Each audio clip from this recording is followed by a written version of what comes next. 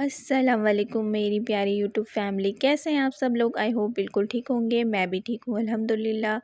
आज के व्लॉग में मैं आपसे अपनी रूटीन मॉर्निंग की रूटीन शेयर करूँगी कि मैं अपने दिन भर की रूटीन में क्या क्या करती हूँ। तो सबसे पहले तो मैं सुबह उठ गई थी और सबसे पहले मैंने मशीन लगा ली थी ताकि जल्दी मैं कपड़े वगैरह धो के जल्दी फ़ारिग हो जाऊँ।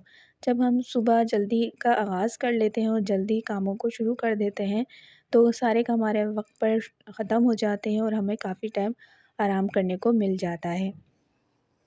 तो मैंने भी सुबह जल्दी उठकर सुबह सबसे पहले मशीन लगाई, पानी डाला, सर्फ़ डाला और 1 चम्मच नमक डाल दिया था। नमक डालने से ये होता है कि कपड़े में हमारे जो भी दाग धब्बे होते हैं वो ख़त्म हो जाते हैं और कपड़े हमारे अच्छे से साफ़ हो जाते हैं। तो जब भी मशीन लगाएँ आप सर्फ़ के साथ-साथ 1 चम्मच नमक भी शामिल कर लिया करें। तो जब तक मेरे कपड़े धुल रहे थे, मशीन लगाई हुई थी, जब तक मैं किचन में आ गई थी नाश्ता बनाने के लिए। नाश्ते में मैं बनाऊँगी फ्रेंच टोस्ट। आज फ्रेंच टोस्ट बच्चों की फ़रमाइश थी कि मम्मा फ्रेंच टोस्ट बनाएगा। बच्चे बहुत शौक़ से खाते हैं फ्रेंच टोस्ट। तो मैंने 3 अदद अंडे ले लिए थे और एक बाउल ले लिया था, उसमें सारे अंडों को तोड़ के डाल लिया। अब मैं इसमें चीनी शामिल करूँगी, दूध शामिल करूँगी और इन तीनों चीज़ों को अच्छी तरह से फेंट लूँगी, ब्लेंड कर लूँगी अच्छी तरह से। कि कौन-कौन सी चीज़ें डलेंगी, चीनी, अंडे और दूध। दूध मेरे पास गाय का दूध नहीं था लिक्विड वाला, तो मैंने एवरीडे ही डाल लिया था और उसको ही अच्छी तरह से मिक्स करके ये इसका अच्छा सा बैटर तैयार कर लेंगे। एवरीडे दूध से भी बहुत अच्छा सा टेस्ट आता है, तो अगर आपके पास भी गाय का दूध अवेलेबल ना हो तो एवरीडे भी डाल सकते हैं या कोई भी जो सूखा दूध होता है जैसे नीडो वगैरह, वो भी इसमें डाल के और थोड़ा सा पानी शामिल कर लें और इसको अच्छी तरह से मिक्स कर लें तो ये बहुत ही ज़बरदस्त सा बैटर तैयार हो जाएगा। फिर हम अपने डबल रोटी को लेंगे और डबल रोटी को इसके अंदर डिप करके और फ्राई करेंगे तो हमारे फ्रेंच टोस्ट बड़े ही मज़ेदार से तैयार हो जाएंगे।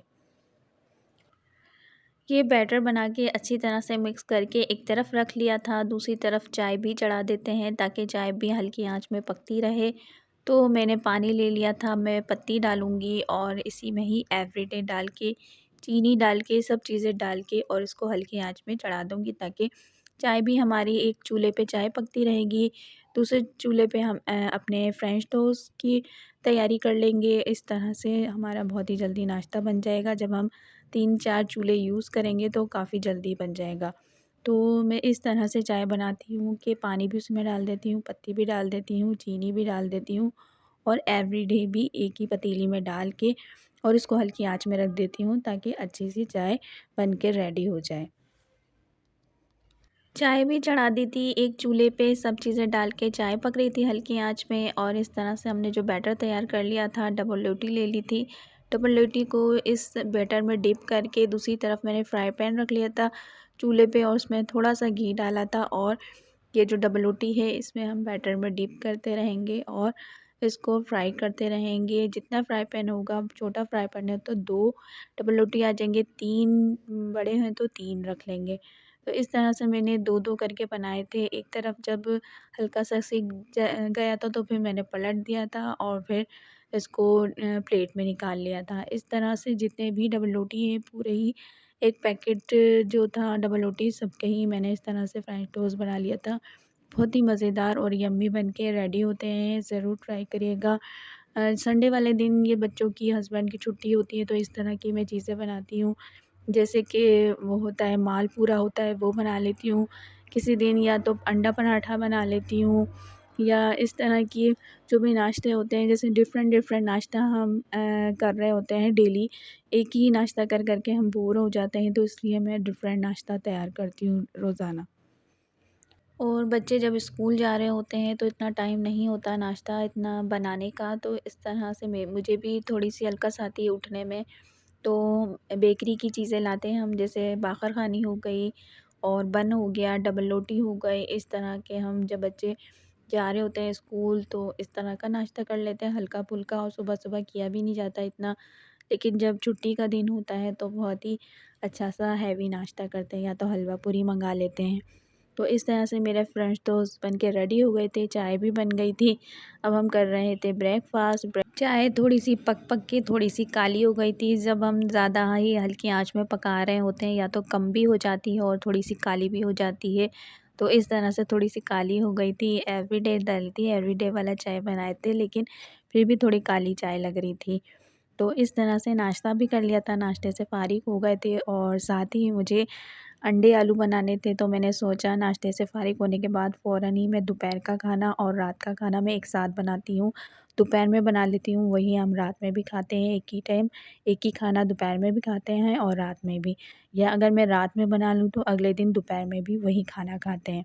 अलग-अलग मैं खाना नहीं बनाती, सिर्फ़ एक टाइम बनाती हूँ, वो दोनों टाइम चलाती हूँ। तो मैंने सोचा साथ ही दोपहर के खाने की भी तैयारी कर लेती हूँ, ताकि मैं ईज़िली स्ट्रेस फ्री हो जाऊँ कि खाना पका हुआ है। खाना पका हुआ होता है तो बहुत ही ज़्यादा एक रिलैक्सिंग फ़ील होती है कि अब कुछ पकाने की ज़रूरत नहीं है, खाना पका हुआ है। रोटियाँ तो बाज़ार से भी आ जाएँगी या उसी टाइम हम आटा गूँध के उसी टाइम भी रोटी बना लेंगे। और मुझे कपड़े भी धोना था, मशीन भी लगानी थी, तो इसलिए मैंने सुबह ही नाश्ता भी कर लिया था और सुबह ही खाना चढ़ा दिया था दोपहर और रात का। तो दोपहर और के खाने में मैं बना रही थी अंडे आलू। अंडे को मैंने जो आलू थे उसको छील लिया था और अंडे को भी बॉयल करके उसके छिलके उतार लिए थे। और अंडे को भी मैं ऑयल, एक पतीली लिया था, उसमें ऑयल डाला था। पहले अंडे को फ्राई करूँगी, अंडे को फ्राई करके निकाल लूँगी और इसी में आलू भी डालूँगी, आलू को भी फ्राई करके निकाल लूँगी।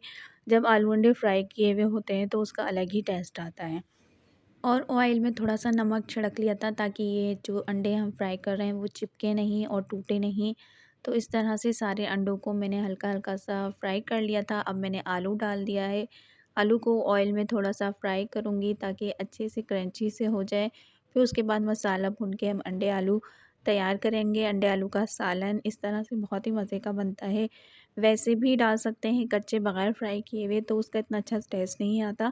थोड़ा कच्चा-कच्चापन सा आता है, इस तरह फ्राई करके डालते हैं तो बहुत ही ज़्यादा क्रंची और क्रिस्पी से और मज़ेदार सा टेस्ट आता है। तो इस तरह से मैंने आलू को भी फ्राई कर लिया था और अंडों को भी फ्राई कर लिया था। आलू फ्राई हो गए थे, इसको भी हम निकाल लेते हैं फ्राई पैन में। अब जो हमें मसाला इसके अंदर डालना है, मसाला तैयार करना है, थोड़ा-सा पतला ही मसाला रखेंगे, ताकि जो अंडे आलू का जो मसाला होता है, ग्रेवी होती है, जो शुरवा होता है, वो थोड़ा पतला ही होता है। अब इसी तेल में जिसमें हमने अंडे को और अपने आलू को फ्राई किया था, इसमें हम डालेंगे, मैंने डाला था 1 चम्मच के करीब इसमें मेथी डाला था। मेथी को कड़कड़ाएँगे और इसमें डालूँगी मैं तेज़पत्ता डाला था। उसके बाद 1 चम्मच मैंने डाला था ज़ीरा, साबुत ज़ीरा डाला था। अब इन तीनों चीज़ों को अच्छी तरह से फ्राई करेंगे, ताकि अच्छी-सी खुशबू आ जाए। और जब इसमें खुशबू आ जाएगा, ये अच्छे से फ्राई हो जाएगा, कड़कड़ाया जाएगा, तो इसमें हम डालेंगे अदरक लहसुन का पेस्ट। अदरक लहसुन के पेस्ट को अच्छी तरह से भूनूँगी, ताकि इसका कच्चापन दूर हो जाए। और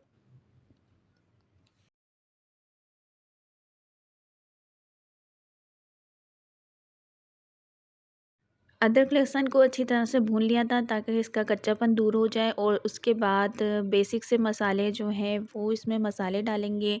आधा चम्मच के करीब मैं इसमें हल्दी डालूँगी और 1 चम्मच लाल मिर्च डालूँगी पीसी हुई, 1 चम्मच कुटी हुई मिर्च डालूँगी और 2 चम्मच डालूँगी धनिया पाउडर। इन जो बेसिक से मसाले हैं, इन सब मसालों को डाल के और 1 चम्मच, आधा चम्मच मैं इसमें हस्ब ज़ायक़ा नमक डालूँगी। इन तमाम मसालों को अच्छी तरह से भूनूँगी, ताकि इसका कच्चापन दूर हो जाए।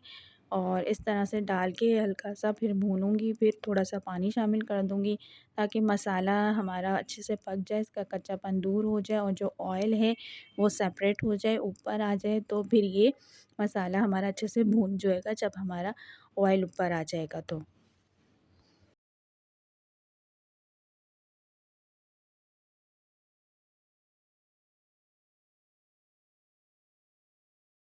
अगर आप चाहें तो पिसे हुए टमाटर भी शामिल कर सकते हैं या दही भी शामिल कर सकते हैं, तो उससे भी ज़ायक़ा अच्छा आता है, लेकिन थोड़ा-सा खटास आ जाती है। तो मैं इन दोनों के बगैर ही बनाऊँगी, ना टमाटर डालूँगी, ना दही डालूँगी, क्योंकि वो मुझे इस तरह से बनाना है, मुझे इस तरह से पसंद है। तो इस तरह से मैंने सारे मसालों को अच्छी तरह से भून लिया था, ऑयल ऊपर आ गया था, तो मसाला हमारा अच्छे से भून चुका है। अब जो हमने फ्राई करके अंडे आलू रखे थे, वो दोनों चीज़ें इसके अंदर शामिल कर लेंगे मसाले में। अच्छी तरह से मिक्स करके भूनेंगे, फ्राई करेंगे, मिक्स कर लेंगे और हस्बे ज़ायक़ा इसमें पानी शामिल करके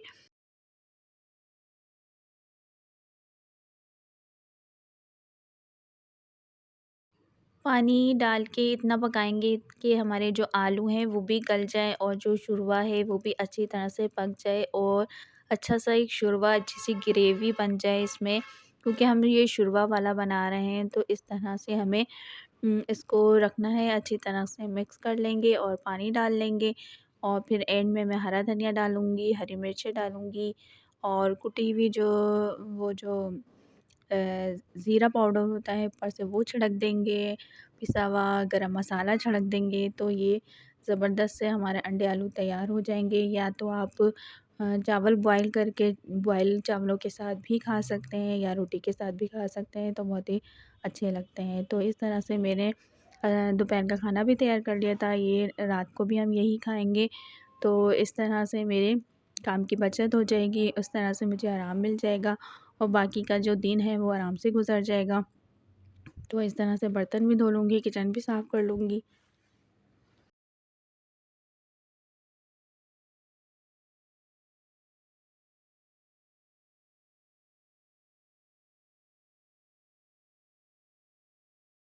रात की मुझे टेंशन नहीं होगी कि रात में मुझे क्या पकाना है, क्योंकि मैंने अभी ही सुबह ही मैं करके फ़ारिग हो गई थी। दोपहर का भी पका लिया था, दोपहर के भी मैं पका के फ़ारिग हो गई थी और रात का भी मुझे कोई टेंशन नहीं है मुझे क्या पकाना है। ये यही हम खा लेंगे, 2 टाइम चल जाएगा हमारा आराम से।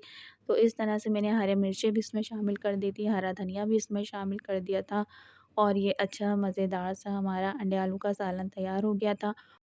उम्मीद करती हूँ आज का व्लॉग आपको पसंद आया होगा। ज़रा भी पसंद आए तो लाइक, शेयर, कमेंट्स कर दिएगा। और जो भी मेरे चैनल पे नए हैं तो सब्सक्राइब करना बिल्कुल भी मत भूलिएगा। प्रेस द बेल आइकन ताकि मेरी आने वाली वीडियो का नोटिफिकेशन आप तक पहुँच सके। मिलते हैं अगले नेक्स्ट व्लॉग में नए टॉपिक के साथ। तब तक के लिए अपना बहुत ज़्यादा ख्याल रखिएगा। Thanks for watching. अल्लाह हाफ़िज़।